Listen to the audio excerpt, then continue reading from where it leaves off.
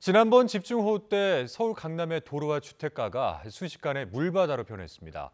이럴 땐 도로에 물이 빠지는 이 빗물바지 역할이 중요한데 YTN 취재진이 현장을 직접 확인해 봤더니 상습 침수 지역에 적용되는 기준에 미치지 못한 경우가 많았습니다. 박정현 기자가 취재했습니다.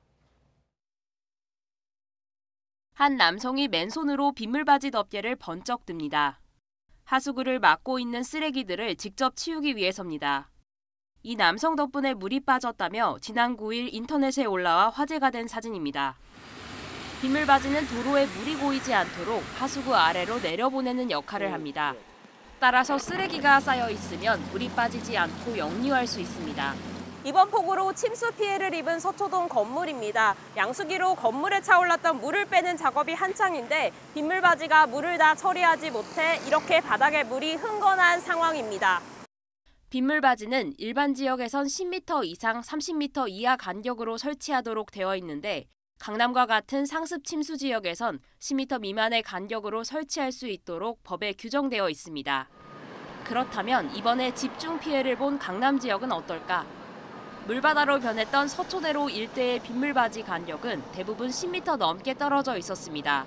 법에 명시된 기준에 못 미치는 겁니다. 이러다 보니 도로 면적당 빗물바지 개수 역시 서초구와 강남구는 서울시 전체 평균을 밑도는 것으로 나타났습니다. 10m 또는 20m 간격으로 한 개씩 설치할 게 아니라 여러 개를 연속해서 설치를 해주면 빨리 도로 표면에 있는 물이 하수관으로 들어갈 수 있죠. 법에 명시된 설치 기준도 중요하지만 이미 만들어진 빗물바지 관리도 제때 이뤄져야 합니다.